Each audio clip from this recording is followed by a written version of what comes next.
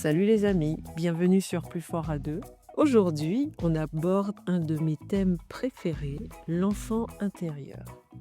Quand la maladie chronique s'installe dans le couple, elle peut effectivement réveiller des peurs anciennes, la peur d'être abandonné, de pas être assez bien, de pas être aimé parce qu'on est faible ou trop dépendant. Ces peurs, elles viennent directement de notre enfant intérieur, cette partie de nous qui porte encore les blessures de l'enfance. Celui qui est malade, il peut se sentir coupable ou honteux comme un petit enfant qui dérange.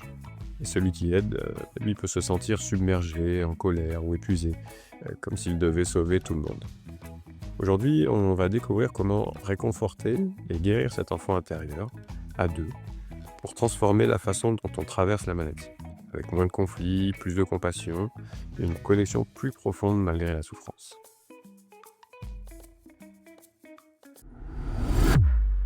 Alors, il y a un truc que je répète assez souvent, parce que j'en dis: «C'est un petit temps que c'est fou parce que tu as mal, on sait que tu souffres, mais tu es toujours souriante» et je dis toujours: «J'ai essayé de faire la gueule, mais ça a pas enlevé la douleur», donc je me suis dit: «Bon, bah, autant sourire». Mais en fait, c'est fondamentalement ça, c'est-à-dire que si en faisant la gueule, il y avait des vertus antalgiques, bon, pourquoi pas? Mais j'aurais mal pareil, donc autant sourire, autant Alors moi, tu as me cette barrer. chance, effectivement, d'ouvrir des moments, de permettre des moments heureux, des moments joyeux. C'est ça et puis les personnes du coup en face nous le rendent bien à ce moment-là. C'est aussi communicatif, c'est aussi, le regard des autres aussi est plus porteur à ce moment-là et et c'est pour ça que la reconnexion avec l'enfant, on peut penser qu'il y a toujours le côté un peu pathos, un peu grave, un peu blessé, un peu douloureux. Alors ça peut effectivement, ça le sera d'autant plus si vous avez mis beaucoup, beaucoup de temps à vous reconnecter à cet enfant. Forcément, bon, bah, les premiers moments risquent d'être un peu sensibles, mais par contre, ça va toujours reconnecter aux 2 polarités. Ça ne va pas reconnecter qu'une polarité. Donc avec la joie et tu vois, tu disais que que mon enfant intérieur était un peu excessif, un peu impulsif, mais c'est vrai, cet enfant-là est bel et bien présent en moi et sur le moment, je me poserai pas beaucoup de questions. Si j'ai envie de changer intégralement ma couleur de cheveux, je vais tout changer. Je suis tatouée, si j'ai envie d'un tatouage, si j'ai envie d'un truc, et c'est vrai, je veux pas faire des calculs incroyables pour savoir si c'est le bon moment, s'il faut, ni pourquoi, ni comment. Mais parce qu'aussi, la conscience de la gravité, c'est vrai que ça déporte aussi, hein, ça change le ratio. Qu'est-ce qui est grave? Qu'est-ce qui ne l'est pas? Qu'est-ce qui est vital? Qu'est-ce qui ne l'est pas? Ça il y a un glissement qui s'opère qui fait que bon, bah, finalement, tout ça devient bien relatif, hein, donc oui. Ouais, moi, c'est vrai que j'ai souvent été alors, et admiratif et troublé des fois par ta capacité à prendre des décisions effectivement comme ça, même effectivement comme le tatouage, je me dis: «Ah oui comme ça là tu vas te faire tatouer là, tu as décidé tout à l'heure, tu le fais maintenant? OK». Et mais tu sais que ça va rester après? Là toute ta vie quand même? Ouais? OK, tu es sûr de toi donc OK. Parce que moi le premier tatouage, j'ai dû mettre, 30 ans à le faire, se dire, «Alors il faut que ça soit comme ça», puis au final c'était pas du tout, C'est pas du tout comme tu pas l'as du tout voulu. comme je Bah, c'est ça! et en fait ceux où je me suis moins posé de questions, ça s'est plus fait comme ça et ben, ça Mmh. n'a rien changé. Après alors forcément il y a tout l'enfance raconte aussi tout un tas d'histoires et Mmh. pareil en tant qu'adulte, c'est notre enfant qui nous met des limites parfois en disant: «Ah qu'est-ce Bien que sûr. vont dire, mes parents souvent?»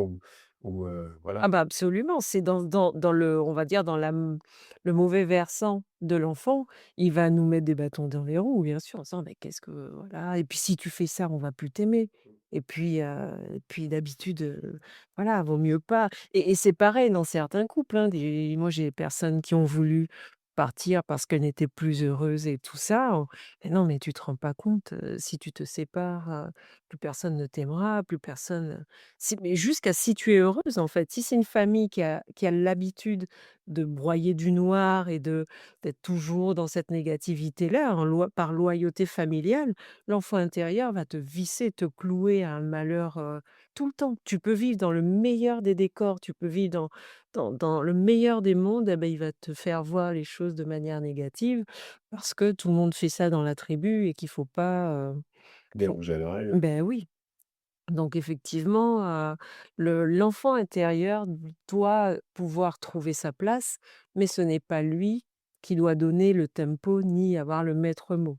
Notre être profond, notre être intérieur, appelez ça comme vous le souhaitez, le maître en nous, notre âme, peu importe, en tout cas cette force plus puissante qui sait où généralement là où on a celle où on a l'intuition, qui sait où on veut aller, celle qui idéalise notre vie, celle qui se dit: «Ben non, là, on n'est pas bien» ou voilà, cette petite voix en nous, qui devrait d'ailleurs être une grande voix, elle sait et elle devrait guider et après l'enfant arrive derrière pour ajouter la joie et la sensibilité et compagnie. Donc oui, ça demande un travail de conscience, de reconnexion. Ça va demander un travail aussi de ça va gratouiller un petit peu, hein, puisque, souvent on a mis tout ça sous le tapis et on commence à s'en rendre compte, en étant adulte, hein, plus le temps passe, plus il y a de la poussière sous le tapis. Mais autrement, c'est vraiment une des choses, moi, c'est enfin, honnêtement, ça fait partie des plus grandes révélations pour moi. Des choses les plus libératrices. Et quel est le livre que tu as lu alors qui t'a initié à ça? Alors la plus grande initiation, ça a été le livre de Thich Nhat Hanh, qui est un moine bouddhiste, «Prendre soin de l'enfant intérieur», qui a été un best-seller international, qui a mis en avant cette notion d'enfant intérieur. Il y a le livre de Lise Bourbeau avec les 5 blessures, qui aussi a été un best-seller, mais qui est moins orienté enfant intérieur, qui est plus orienté, blessure directement.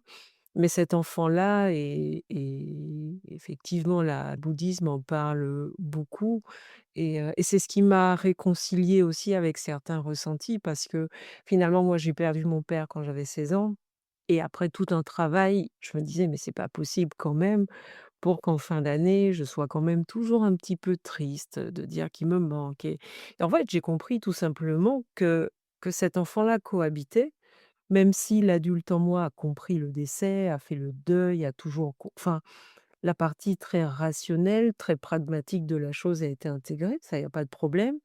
Mais oui, peu importe et sans doute jusqu'à la fin de mes jours, chaque fois qu'on est à Noël, chaque fois qu'on voit nos filles, que je regarde mes filles grandir, je me dis: «Bah, tiens, j'aurais aimé qu'il soit là» et cet enfant-là, on ne peut pas lui, il y a aucun intérêt à essayer de lui expliquer: «Oui, mais tu te rends compte, tu sais bien qu'il est malade». Le cerveau limbique, il s'en fout de la réalité, de la rationalité, de ce qui est rationnel ou pas.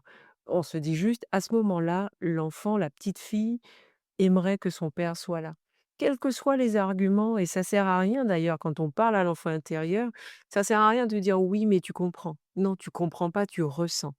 Et si tu ressens, eh ben, OK, je comprends ton ressenti, j'intègre ton ressenti, bah, c'est vrai que ça aurait été bien qu'il soit là et point.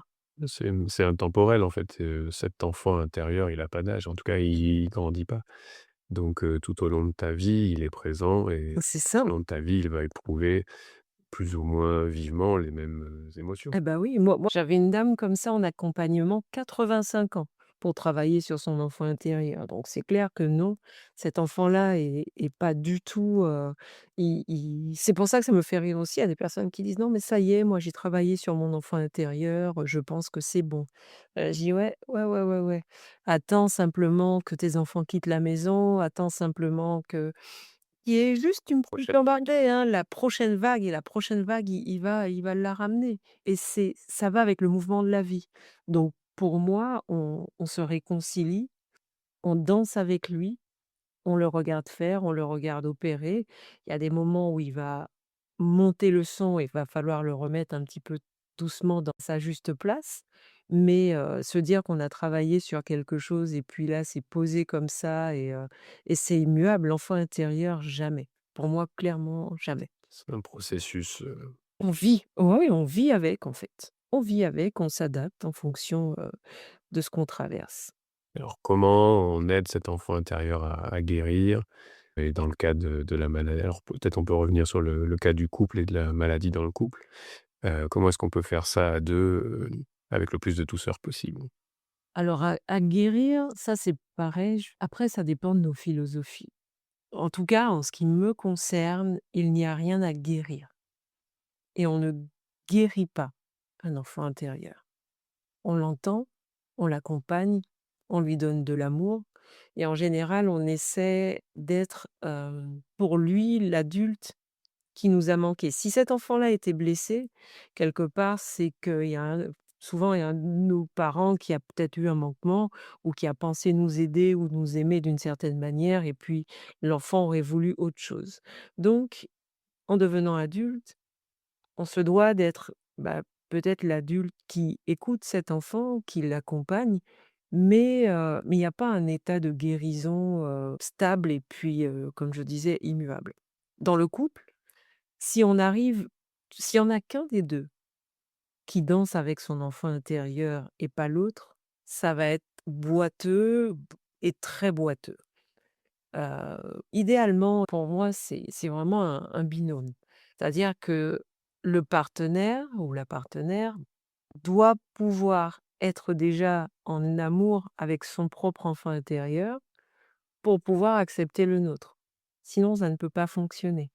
Si je te dis: «Ah bah tiens, là, j'ai peur que tu t'en ailles, que tu m'abandonnes», c'est pas moi directement, mais si j'ai déjà vécu l'abandon plus tôt dans ma vie, j'aurai cette réminiscence-là, j'aurai cette peur qui va remonter.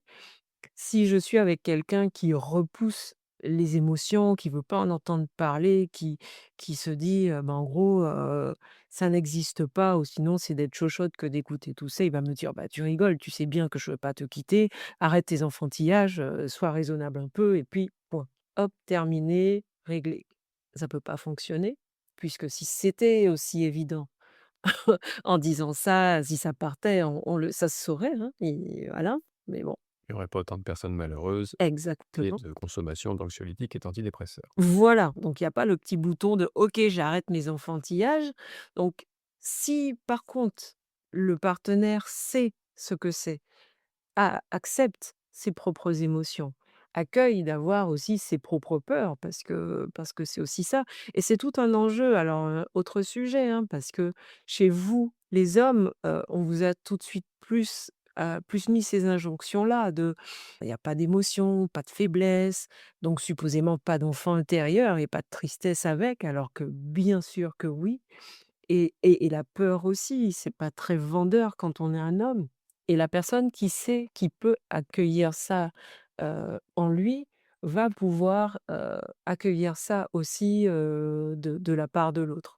Donc c'est vraiment au départ pour moi un travail individuel, qu'on va mettre ensuite en commun en discutant, en expliquant. C'est plus facile d'arriver en disant: «Bah, tu sais, là, je pense que je vais être un peu, à fleur de peau parce que en ce moment, j'ai l'impression d'être remise en question» et voilà, peu importe, de poser des mots sur ces ressentis, même s'ils ne sont pas justes, c'est pas très grave en fait, c'est juste des ressentis, donc ils ont même pas à être justes et pouvoir être entendu. Donc ça pour moi, c'est déjà la clé. Intérieurement, que chacun vise à se reconnecter à son enfant intérieur.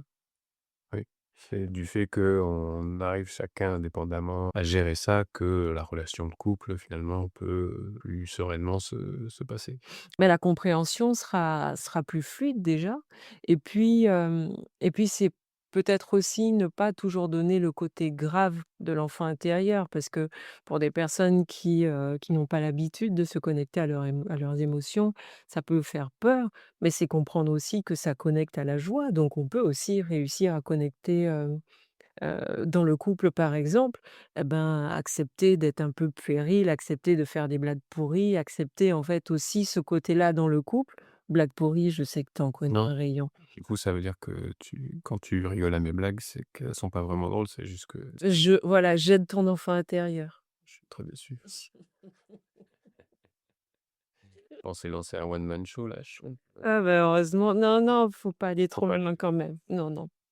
Mais justement, ça aide ton enfant intérieur, tu vois? mmh. Ça lui redonne confiance. Donc en fait, c'est pas que mes filles, n'ont pas d'humour en fait, c'est que Non, c'est c'est pas que fait exprès réellement croire. ouais, c'est ça, non, c'est que réellement tes blagues sont pourries. Oui, Mais voilà, c'est trouver en fait ces blagues-là, cette légèreté-là, cette complicité-là. C'est trouver aussi tous les moments où on a envie de parler d'événements parce que c'est faire le lien aussi des fois, des passerelles entre la peur par exemple d'être abandonné et puis tiens, ah bah oui finalement j'avais oublié ça, mais il s'est passé tel événement plus tard. C'est pas pour revenir en disant: «C'est de la faute de mon père ou de ma mère». Il y a personne à incriminer. Nos parents nous ont donné ce qu'ils ont eu à nous donner, ils nous ont aimés comme ils ont pu. On ne jette pas de culpabilité. C'est simplement faire une passerelle entre un comportement et certainement un ressenti, qu'a pu avoir l'enfant plus tôt dans sa vie. Mmh. La réaction que ça peut créer chez l'adulte. Ouais, exactement. Est-ce que tu as des petits, tips un peu vraiment spécifiques, individuels pour apprendre à parler à cet enfant intérieur? Oui, alors pour la reconnexion, la méditation de l'enfant intérieur, alors j'en mettrai une, sur YouTube, mais il y en a plein aussi, hein. Ça sera pas du tout la première méditation, on en trouve, vraiment sur la plupart des chaînes de méditation. Avec une aussi belle voix que la tienne quand même. Certainement, certainement, c'est pour ça qu'il faut attendre, ma méditation à moi, bien sûr. C'est là, tu es en train de brosser mon enfant intérieur dans sa confiance en lui, enfin bon. Juste en retour des choses. Bah, ça veut dire que la qualité de ma méditation est douteuse, hein, Je parlais de ta voix. mais du coup, les enfants arrête, tu me déconcentres aussi. Sois sérieux 30 secondes. Ton enfant intérieur est beaucoup trop présent. Donc en tout cas, la méditation de l'enfant intérieur aide à se reconnecter.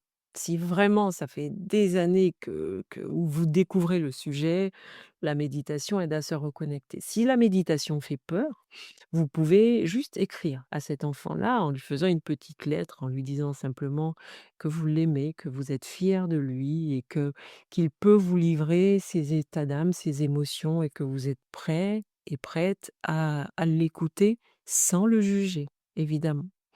Donc ça peut être aussi une option, à l'écrit, par la main, tout simplement. Ensuite, retrouver du lien à cet enfant-là, c'est aussi se laisser aller à ses pulsions.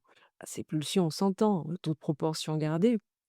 Mais il y a des fois, quand on a passé une semaine ou une journée difficile, qu'on a envie, bah, justement d'un petit paquet de bonbons, d'un petit truc, ah bah, c'est très régressif, hein, mais ça fait beaucoup de bien et cet enfant-là trouve un petit moment et il se dit: «Bah, tiens, il y a eu un petit moment où j'ai pu m'exprimer dans la journée».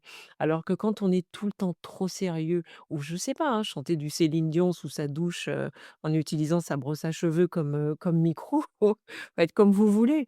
Mais en tout cas, un truc dans lequel il y a pas cette injonction à être parfaite, à être bien, à chanter bien ou à manger tout correctement. En fait, à débrider un petit peu cette chose-là et à être aussi dans l'autodérision, à se dire: «Bah, OK, tant pis, je chante, comme une casserole et après?» Voilà. Bah, j'ai cru que je chantais bien sous ma douche parce que j'ai mis la musique à fond et puis j'entendais pas ma voix et puis tout va bien. Donc voilà, donc en fait, toutes ces choses-là ça aide à dérider un peu à sortir un peu de la gravité et de la maladie et des diagnostics et des médecins parce que ils vivent dans un espace qui est aussi très sérieux et puis c'est leur posture, que voulez-vous, c'est comme ça. Mais quand vous y allez, même si vous arrivez en chantant dans votre tête, vous arrivez, vous tapez une crise d'angoisse quoi, tellement ils sont sérieux et puis ils sont graves dans les diagnostics. Gardez cet enfant qui chante, dans votre tête quoi, c'est salvateur. Ouais, il faut pas oublier qu'eux aussi sont des adultes qui Ex possèdent un enfant intérieur blessé, d'une manière ou d'une autre, et que ce masque professionnel ou social qu'ils se donnent, il vient répondre à ce manquement-là. ça, à leur propre peur souvent. Et oui. Ah oui, oui, oui, donc c'est et d'ailleurs c'est bien, c'est tu vois c'est pas mal ce que tu dis par rapport à ça, parce que ça peut être un exercice d'essayer de voir en tout le monde un enfant. Comment est l'enfant intérieur de cette personne? Ouais et quand on redoute un rendez-vous avec un médecin, tu sais, on dit aux enfants d'imaginer son prof en faisant pipi quand on a un oral ou tout ça, se dire, imagine-le en slip ou bah, là, c'est un peu pareil, mais imagine l'enfant en lui, qui a peur de faire un mauvais diagnostic ou qui a peur d'être remis en question, donc il va arriver avec des certitudes béton, même s'il en sait rien du tout, mais il va te le dire avec un aplomb parce que c'est lui le médecin, parce qu'il a bataillé pour ça et que finalement il a confiance plutôt en son titre et par lui, par exemple. Ouais et puis c'est vrai qu'aussi souvent le patient attend de lui qu'il trouve le diagnostic juste et Bien sûr. met entre ses mains sa Donc santé. la pression, qui Pression va est avec. Ah exactement. Donc c'est ce qui peut permettre de retrouver un peu de souveraineté déjà, retrouver, de la joie de vivre aussi. Si on voit l'enfant intérieur chez tout le monde, on va le voir aussi chez notre partenaire et on va aussi peut-être éviter de lui demander d'être parfait ou de vouloir qu'il soit tel qu'on veut qu'il soit. C'est accepter l'autre tel qu'il est effectivement et puis, bah, avec c'est ce que tu disais, c'est-à-dire que cet enfant intérieur, certes, il a des blessures et qu'il, peut parfois être, inconstant, voilà ou, indécis ou qui part vite dans un Ouais, sens, dans un sens et dans mais en même temps, il amène cette légèreté-là. c'est ça, Donc c'est être capable de prendre, toute proportion gardée, le bon c'est ça. dans tout ça. Voilà. Quand ton mari part le matin en libéral avec les clés de ta voiture et le portail et que tu es coincé chez toi et que tu as tes rendez-vous, tu te dis que c'est peut-être parce que, bah, il voulait que tu restes reposé, tu vois? Exactement, ce qu'il pensait. C'est Enfin le c'est ça. C'est le mari, c'est l'exemple qu'on prend. vaste sujet très intéressant. Il y a un travail, vraiment essentiel à faire pour soi d'abord et pour notre entourage aussi. C'est vrai que, comme tu le disais, plus on s'accepte tel que l'on est, plus, les autres nous voient tel que l'on est, plus Mmh. ils nous acceptent tel que l'on est C'est ça. et puis Assumer tout simplement, c'est ça, assumer qui on est, assumer cette part-là de nous. Et voir cette part-là en l'autre, même si l'autre est très sérieux, hein. On dit pas d'aller lui dire: «Tu as un enfant intérieur en toi» ou non, mais par contre, se dire: «Ah tiens, cette réaction-là, on dirait un enfant, jaloux, un enfant qui a peur ou un enfant qui essaye de préserver, sa fierté» ou peu importe et ça permet effectivement de donner un peu lâcher un peu de lest en fait, de prendre un peu de recul vis-à-vis de tout ça. oui, parce qu'au final, dans la vie, bon, il y a des choses sérieuses, mais comme on le disait, voilà, ce qu'on retiendra à la fin, c'est tout ce qu'on a vécu, Ah ouais. ces mots des t et quelles étaient les difficultés dans ces instants-là. Qu'on ait vécu des moments difficiles personnellement, familialement, professionnellement, des moments, de doute, de voilà, il y a des actualités là qui sont pas, Ils sont assez évidentes. lourdes quand même. Voilà, c'est lourd et pour autant, ce qu'on en retiendra, c'est, la manière dont on a vécu les choses, le fou rire qu'on a eu, Exactement. à ce moment-là. Bon, nous arrivons à la fin de cet épisode, avec un sujet encore une fois, vraiment, sur lequel on pourrait s'étendre en longueur, qui est vraiment essentiel et bon, comme on le disait, voilà, la maladie chronique ou la maladie en général, quand elle arrive dans le couple, c'est déjà une épreuve en soi. Et donc l'idée, c'est d'essayer d'alléger un petit peu ça et c'est vrai que lorsqu'on commence à écouter et à consoler cet enfant intérieur qui souffre un petit peu en chacun de nous, et ben, on va arrêter de lutter l'un contre l'autre de blessure à blessure. On va lutter ensemble, on va vivre ensemble ce moment de vie qu'est la maladie. On va, faire en sorte de, comme on le disait, d'y aménager des îlots un petit peu, de légèreté. Oui. Comme tu le disais, on sera pas obligé d'être parfait, on aura des réussites, on aura des ratés, et on a le droit d'avoir des peurs, on a le droit d'être fatigué, d'avoir besoin d'être rassuré, voilà. Tout ça, c'est des choses qui sont normales. L'important, c'est d'apprendre à le dire et de le dire avec douceur, voilà. De dire à son partenaire: ben voilà, effectivement, j'ai besoin que tu me dises que tu vas rester même si je suis malade parce que, bah, j'ai cette crainte-là. Peut-être que, dans ma famille, il y a eu, des abandons dans le couple ou dans la famille, enfin voilà, du coup, des choses qui ont marqué et bah, j'ai peur de revivre ça. Donc comprendre que, pour la personne à qui l'on vit, c'est une crainte et ben, on va faire attention à ce que l'on dit, on va rassurer et ça va aider, l'autre à mieux traverser cette épreuve. Merci d'avoir écouté cet épisode jusqu'au bout. Merci pour ce moment passé ensemble. Si l'épisode vous a touché, n'hésitez pas à le partager à quelqu'un, que ça pourrait aider, une fois de plus. N'hésitez pas à laisser là, sur place avec nous, tout ce qui ne vous a pas parlé aussi. Vous n'êtes pas obligé du tout prendre, chacun a sa réalité. Voilà, on se retrouve très vite pour un nouvel épisode de Plus fort à 2. En attendant Prenez soin de vous et à bientôt.